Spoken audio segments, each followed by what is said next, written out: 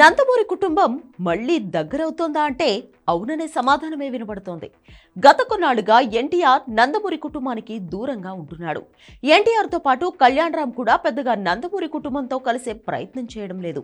అటు నారా కుటుంబంతో కూడా అన్నదమ్ములిద్దరూ సమదూరం పాటిస్తున్నారు.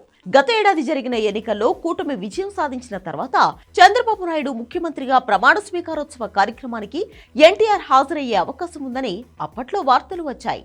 కానీ ఎన్టీఆర్ గాని కళ్యాణ్ రామ్ గాని హాజరయ్యే ప్రయత్నం చేయలేదు. అయితే గత 4-5 నెలలుగా ఎన్టీఆర్ వైఖరిలో మార్పు కనబడుతోంది. నందమూరి కుటుంబానికి ముఖ్యంగా బాలకృష్ణకు దగ్గరయ్యే ప్రయత్నం ఎన్టీఆర్ చేస్తున్నాడు అనే సిగ్నల్స్ వస్తున్నాయి. నందమూరి మోక్షజ్ఞ సినిమా ఎంట్రీపై అఫీషియల్ అనౌన్స్మెంట్ వచ్చినప్పుడు ఎన్టీఆర్ విష్ చేశాడు.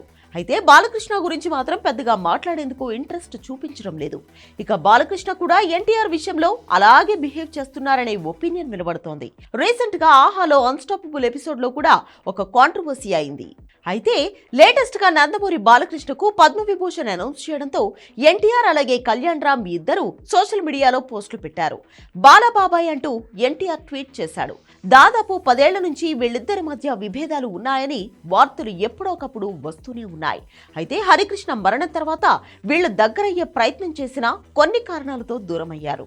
ఎన్టీఆర్ కు సన్నిహితంగా ఉండే కొడాలి నాని పదే టీడీపీ అధినేత చంద్రబాబు నాయుడిని అలాగే ఆయన కుమారుడు లోకేష్ ను విమర్శించడానికి నందమూరి కుటుంబం హర్షించలేదు.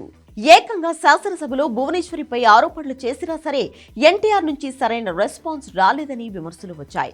ఇక ఇప్పుడు మాత్రం ఎన్టీఆర్ ట్వీట్ చేయడంతో బాలయ్య ఫ్యాన్స్ కూడా పండుగ చేసుకుంటున్నారు. ఎన్టీఆర్ బయోపిక్ తర్వాత వీళ్లు ఒకే వేదికపై ఇప్పుడు మళ్లీ దగ్గరయ్యే అవకాశం ఉండవచ్చు అని నందమూరి కుటుంబ సన్నిహితులు అభిప్రాయపడుతున్నారు. ఇక ఈ నెల 23న నారా లోకేష్ పుట్టినరోజు సందర్భంగా కూడా ఎన్టీఆర్ పోస్ట్ చేయలేదు.